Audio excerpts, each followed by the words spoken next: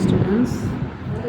Today we are going to learn about Bloom's taxonomy of educational objectives. Bloom and his associates developed a taxonomic model of instructional objectives.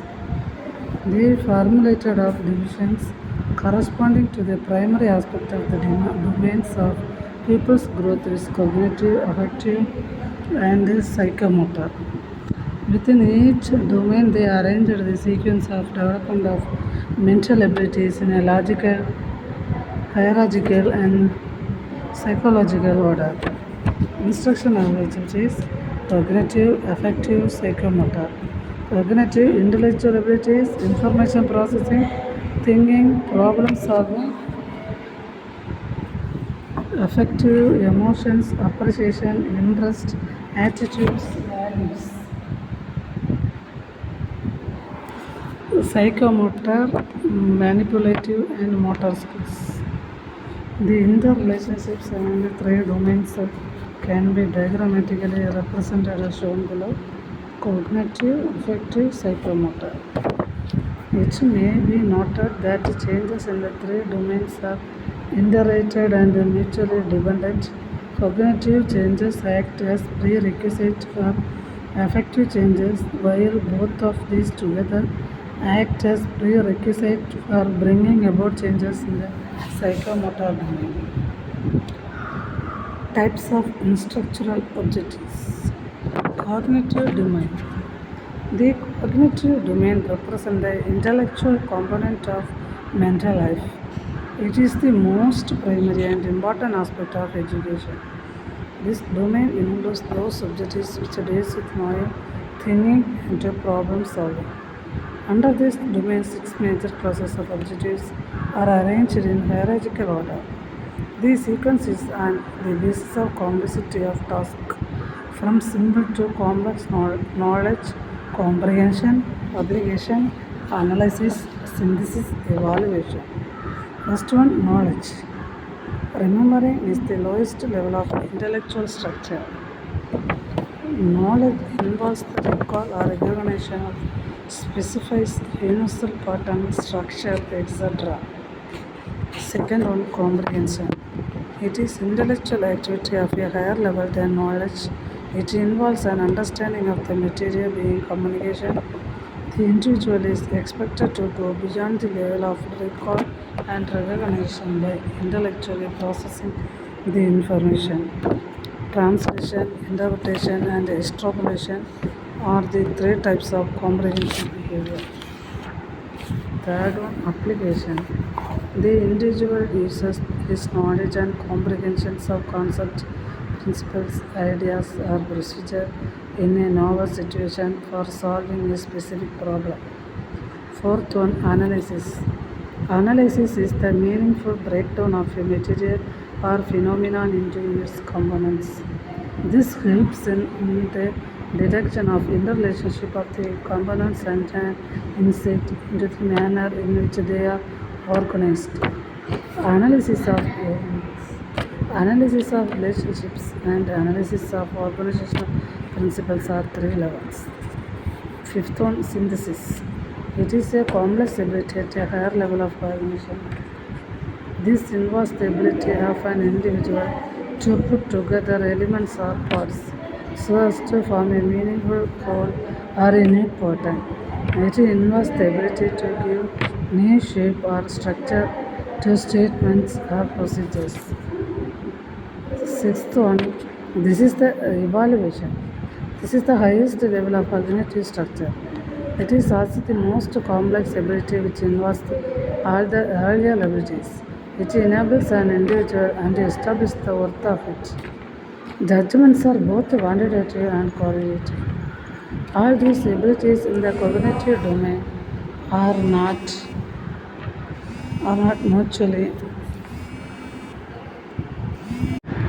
All these abilities in the cognitive domain are not mutually exclusive. They are in a logical order. The objective aimed at one class are likely to make use of and be built on the behavior in the preceding classes, maintaining the sequence of the taxonomy. Application of knowledge is not possible without comprehension. To affective domain. This is another important aspect of human nature which includes feelings, interest, appreciation, attitudes, and values. The affective domain is divided into five major classes of objectives which are arranged along the hierarchical continuum. These are the behavioral abilities which lead to realization of any one of the five aspects given above. These are as follows. First one, receiving. The ability of an individual to receive information. Awareness of the sources of information and willingness to receive the information are the sub-level of this category. 2. Responding. Regularity in attention and motivation leads to responding. Only if the learners respond actively to the situation received can the effective change be brought about. Third, value. Individuals set guidelines for controlling their own behavior, acceptance of a value preference for a value, and finally the commitment to a value are the steps towards it. Fourth one, organization. And individual interest, appreciation, attitude, etc. are not ordinarily motivated by an isolated value. A system of value from it. There should be an organization of values into a system. Fifth one, characterization. It is the highest level of an affective domain. The values are imbibed and the individual internalizes a consistent philosophy of life. Third one, psychomotor domain. Functions are performed by individuals as a result of neuromuscular coordination. The stronger the coordination or more rapid, speedy and automatic the action becomes, the abilities for engaging in actions with skill are classified under the psychomotor domain. Five hierarchical stages have been identified in the development of skill. First one, imitation. It is the lowest level of neuromuscular activity. It starts as impulse and may grow into an overact with the capacity to repeat the performances. Second one, manipulation. It involves differentiation among various movements and selecting the proper one. Third, precision.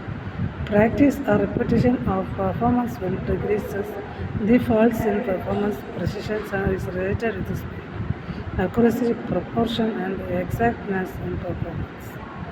4. Articulation. The individual will be able to handle many actions in unison. This ability involves coordination and action. Fifth one, naturalization.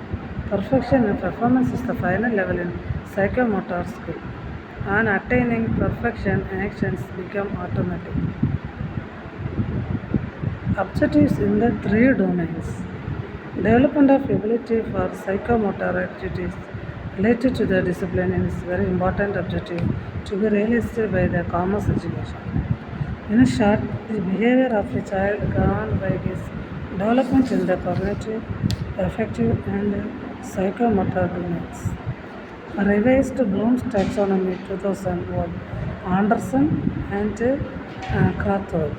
A revised version of Bloom's taxonomy was released by Lauren Anderson and David Krathwood in the year 2001 with the title A Taxonomy for Teaching, Learning and Assessment. This title draws attention aside from the somewhat static concept of educational objectives and points to a more dynamic perception of classification. In the new variant, nouns were replaced by action verbs.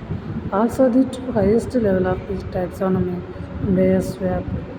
The new learning stages are remember, understand, apply, analyze, evaluate, and create. This new taxonomy reflects a more rapid mode of thinking and is perhaps more accurate. Revised Bloom's taxonomy. Create, evaluate, analyze, apply, understand, remember. First one, remember. It indicates the learning of students in the classroom. Whatever a student has learned theoretically or practically, both are considered knowledgeable aspects just like any other aspect of education. Knowledge though basic but is one of the most important.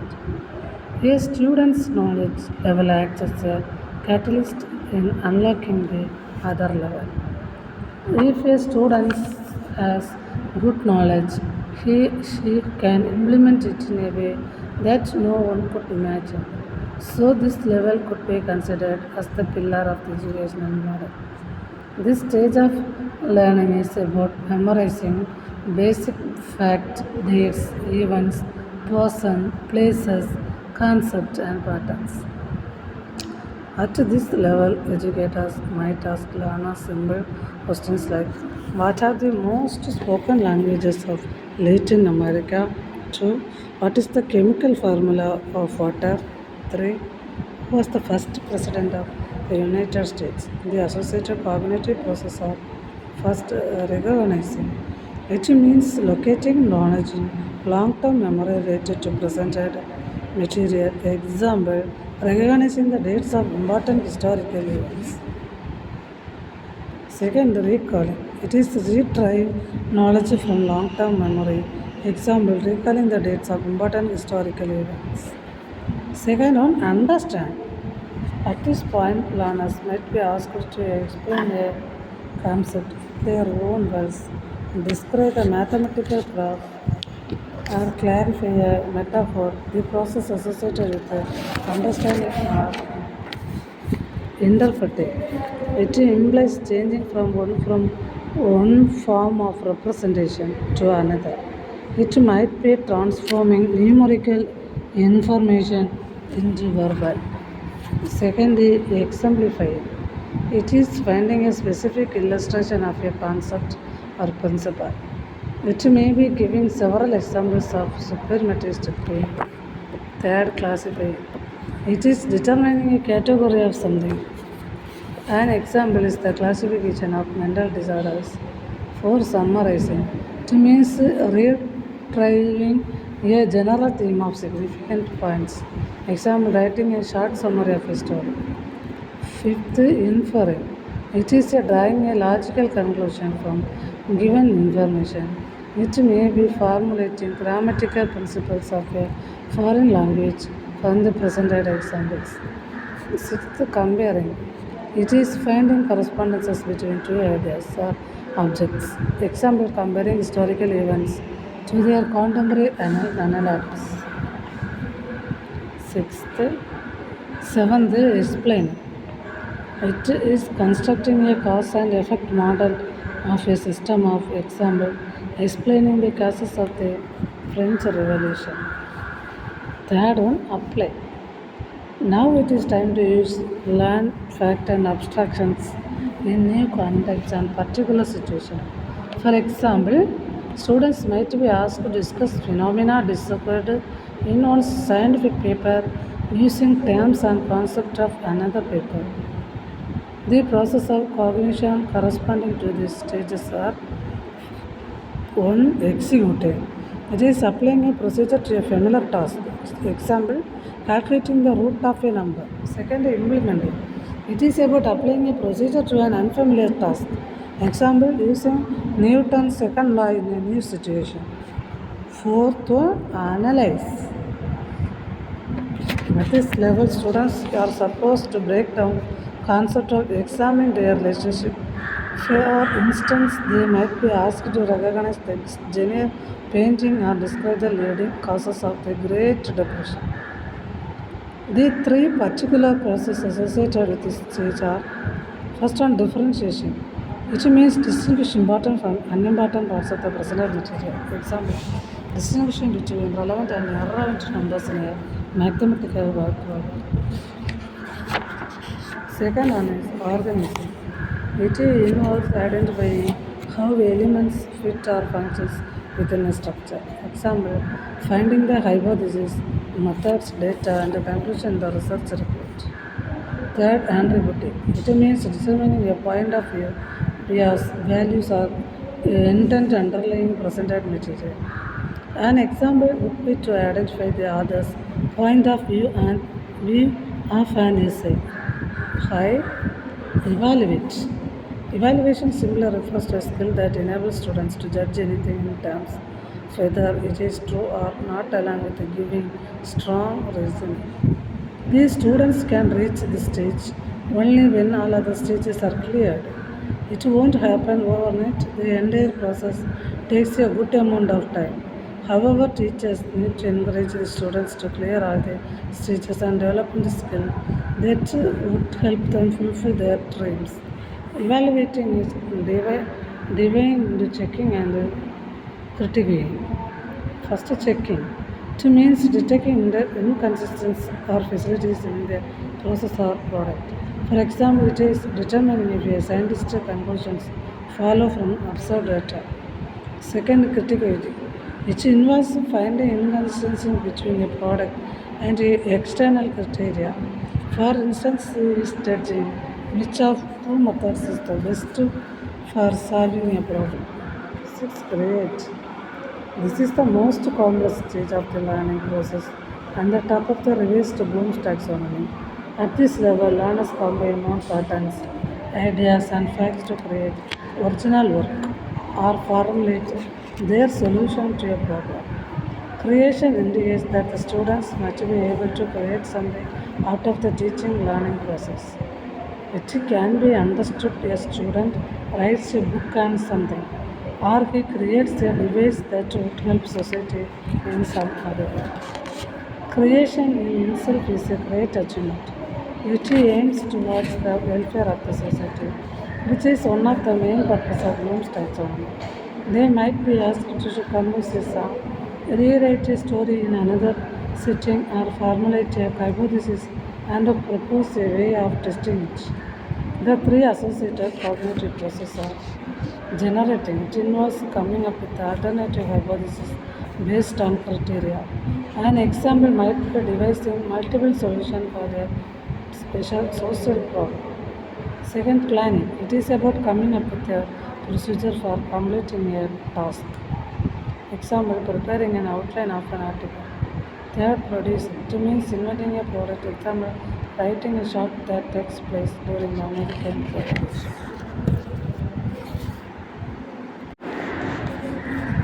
Interrelation among the domains. The achievement in one domain is to acquire appreciable degree dependent on the other domains of learner's behavior, psychomotor, affective, cognitive. For instance, understanding may be a prerequisite for attaching proper value to an object of proper cognition is necessary for arousing people interest. Similarly, interest and attitudes affect the quality of performance in both the cognitive and the psychomotor domains. Comprehension is a natural component of the precision level in the psychomotor domain, and similarly, interest can be traced as effective components of almost all the cognitive proficiencies. Lower level of each domain draw relatively closer to each other, acknowledging, receiving, and imitating are very much interdependent among themselves. The higher categories too. There is discernible parallelism. A particular category of one domain may correspond to one or more of categories of the other.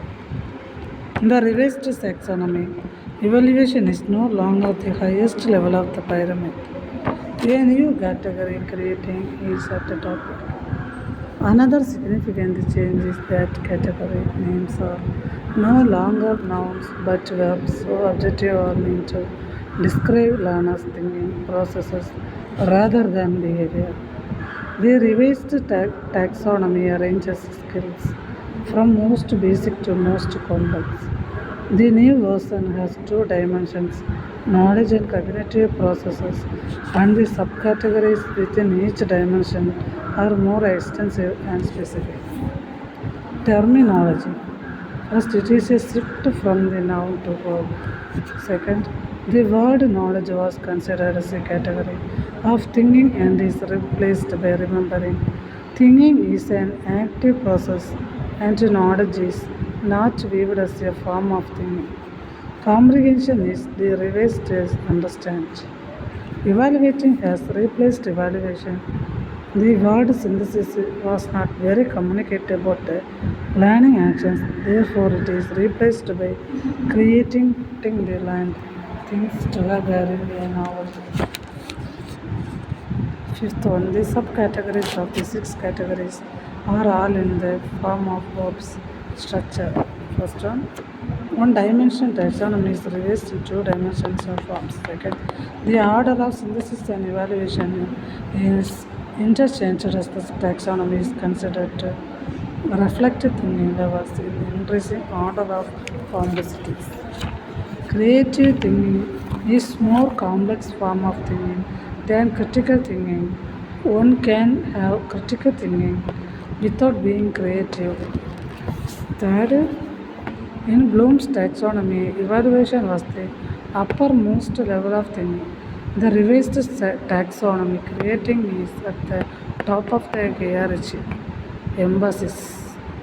1. The revised taxonomy is more authentic tool for curriculum planning, developing materials for teaching and assessment process. Second, Bloom's taxonomy was viewed as the tools best applied for earlier years of schooling. 3. Emphasis is more on the description of the subcategories of learning. Correlation of commerce with other subjects. First one, relation to commerce with economics. Second one, correlation with commerce with law. Third one, correlation of commerce with geography. Fourth one, correlation of commerce and mathematics. Fifth one, correlation of commerce with sociology. Sixth one, correlation of commerce with statistics. Seventh one, correlation of commerce with international relations. Eighth one, correlation and commerce with management. First one, relation to commerce with economics. In the study of commerce, various laws, principles, and methods of economics are frequently employed.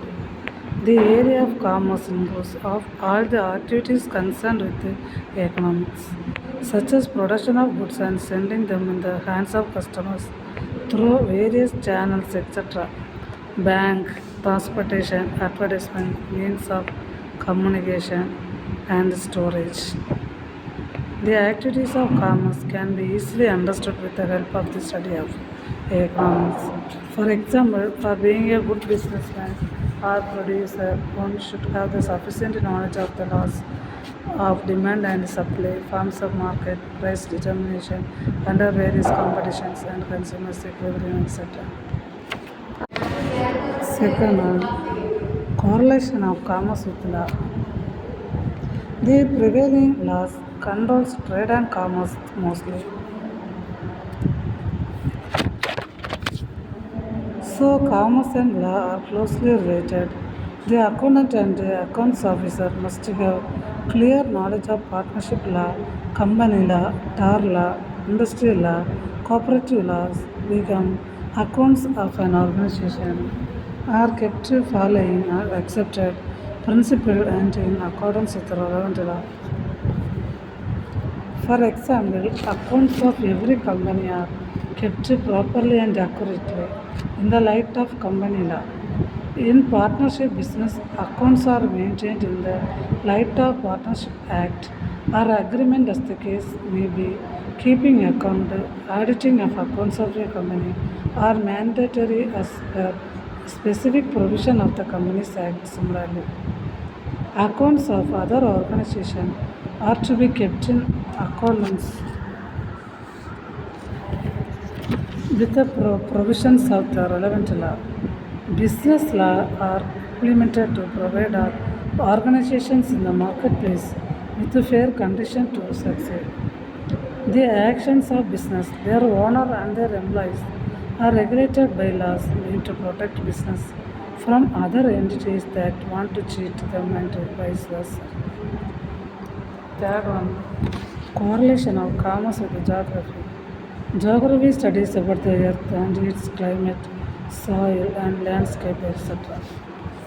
They are producing agricultural goods and mineral products in tone with the climatic conditions of the region they inhabit. It is not possible to produce all the commodities necessary for human living at the same place. The raw materials required for any commercially significant commodity have to be collected from various places and made available in the center of production. The availability of such material is always based upon the geographical conditions. For example, a flood or a drought can fill even the functioning of a commercial endeavor. Fourth one, correlation of commerce and mathematics. Commerce means all the activities that take place in the exchange of goods from the producer to the consumer. A business concern can observe these activities and records them in the books of accounts. A skillful accountant prepares the accounts in such a way as to show up all the differences and strong points of the firm concerned. An accountant applies the fundamental arithmetical processes in preparing the accounts. Further in the field, sales tax, income tax, etc. Knowledge of mathematics is essential. Statistical techniques are profusely used for interpretation of data and for making predictions. All these make the relation between commerce and mathematics evident. Fifth one, correlation of commerce with sociology. Sociology deals with society as a whole, which includes various institutions and structure.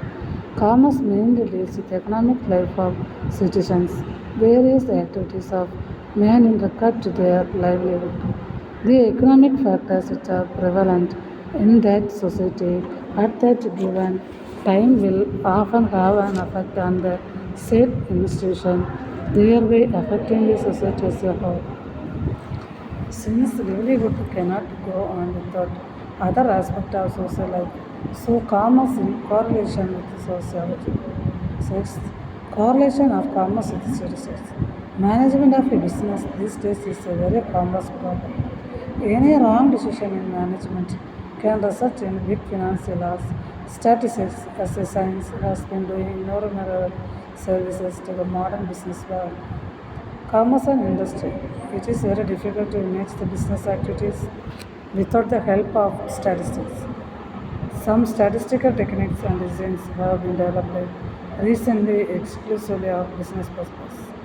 This includes statistical quality control, the inventory control, input-output analysis, market research, business forecast, etc. These techniques and designs have revelation to the business world.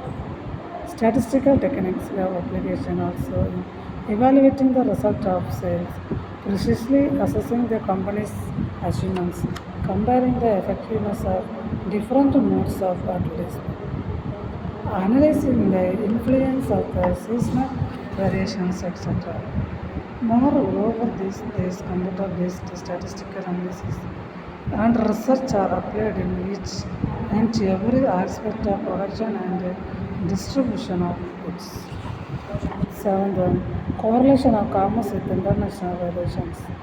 International relations include a wide variety of relations. It embraces relations between countries, peoples, cultures, etc. It is a discipline which is concerned with many factors and activities that affect the external policies and the power of nation. Commerce is an inevitable aspect keeping the international relations better. The availability of resources like minerals, water, labor, capital, technological capabilities, human resources, etc. Any country may help them to produce goods more efficiently, but all the countries in the world are not blessed with such resources. What is feasible for a country in such circumstances to produce these goods for which they have more resources and export these to their countries. In return, they can import those goods in the case of which purchasing will be advantageous than producing. This is the basic of external trade. Many business organizations are engaged in external trade. This would promote healthy international relations between nations. In the modern era, the e-commerce helps to enhance cordial relations among the countries. This can be business to consumer, and consumer to consumer, transaction without help to maintain unlimited relations among nations. Such relations among countries will help the enhance future business opportunities also. Eighth one, correlation of commerce with management.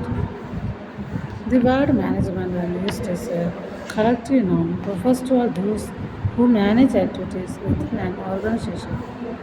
Management brings together all the factors of production related to the endeavor and access, coordinating outputs.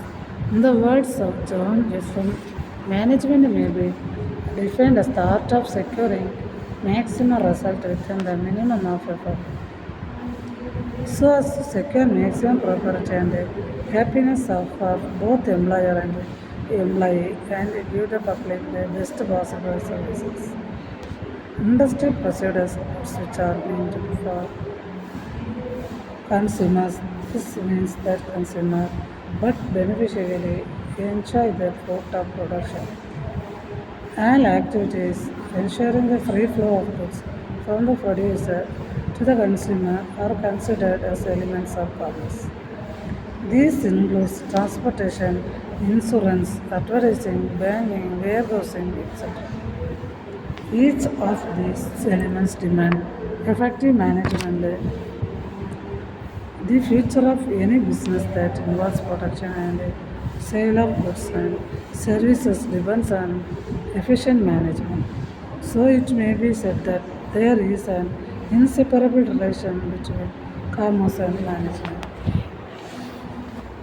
Values of teaching commerce. Theoretical values of teaching commerce. The study of commerce develops the mental abilities of the students. It is also called a theoretical importance of commerce. The area of development of mental abilities can be broadly classified as one informative value. Commerce where teaches us many instructive facts about human behavior, particularly about man's economic activities. It reveals to us about the concept of advertisement, membership, banking, law of demand, consumer surplus, price, and its determination in detail. Thus, the commerce education is both informative and fascinating. Second one, development of logical skill and decision powers. The value and the principles related to commerce. Education develops the logical skill and or decision power of the students to start a business. What form of business should be chosen depends upon the logical skill and the decision power. Third one, teaching mutual dependence. Commerce education teaches us that the presence of flourishing war activities and the spirit of violence cannot be better for any nation. However, it is true that no nation can live in isolation. The events of one country affect the other parts of the world. Hence, all nations have to live in harmony with love and peace. As they depend on each other or satisfaction of their wants, they cannot afford to break the bond that binds worker to worker, industry to industry, and country to country. The knowledge of mutual dependence adds to our sense of responsibility, and this leads to better work and happier society. Fourth one, cultural value. Commerce education also develops cultural values as it makes a study about material and non-material things. It studies how individual producers can make better utilization of the goods and income in his life and his human behavior in utilizing these goods and services. This leads to various cultural values in the society. 5. Development of scientific attitude to students. These students of commerce acquire the knowledge of different areas, that is, banking, communication, warehousing, partnership and cooperative society, company, etc. The choice of form of business enterprise, formulation of company, internal and external trade and export import producers, etc. All these develop their scientific attitude towards them.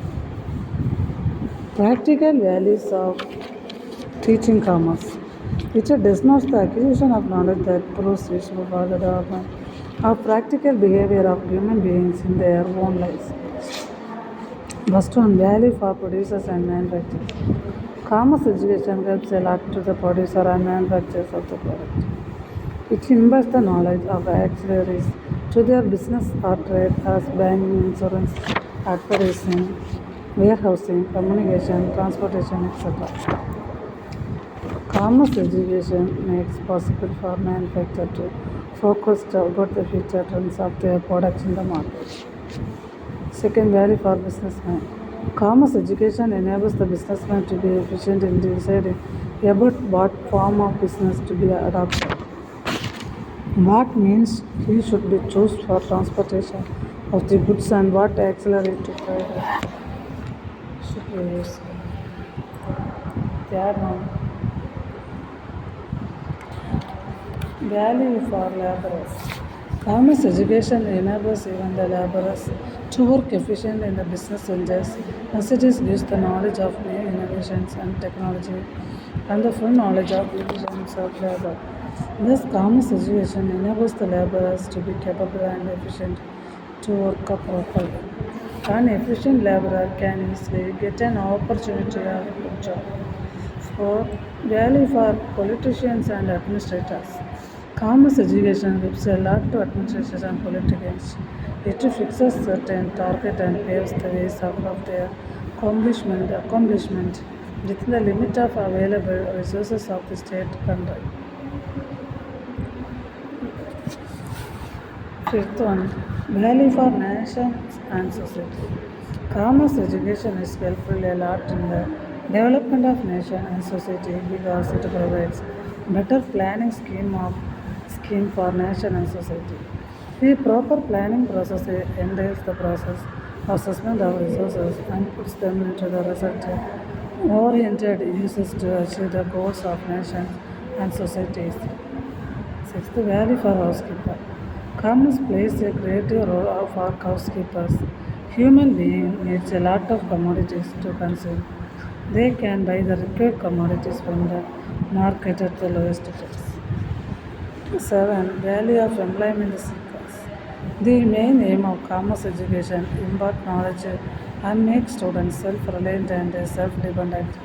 It proves of great importance of employment seekers. The knowledge of commerce education imparts is knowledge of different vocation and occupations. A person who has adjusted himself with the environment and easily earn his livelihood. Eighth, value for academicians. Commerce is a logical and systematic science. It explains operations, takes place, how goods are exchanged and finally consumed. It established a cause and effect relationship in economic events. It helps in the development of analytical power among the readers. Pure commerce provides sufficient materials to those who want to study the theories of commerce for the sake of knowledge. The study of commerce makes the mind interested for the sake of knowledge. 7. Value for employment seekers. The main aim of commerce education imparts knowledge and makes students self-reliant and self-dependent. It proves of great importance for employment seekers. The knowledge of commerce education imparts his knowledge of different vocation and occupations. A person who has adjusted himself with the environment and easily earn to live. Eighth one, value for academicians. Commerce is a logical and systematic science. It explains how production takes place, how goods are exchanged and finally consumed. It established cause and effect relationship in economic events. It helps in the development of analytical power among the readers. Pure commerce provides sufficient material to those who want to study the theories of commerce for the sake of knowledge. The study of commerce makes the mind interested for the sake of knowledge. Thank you, students.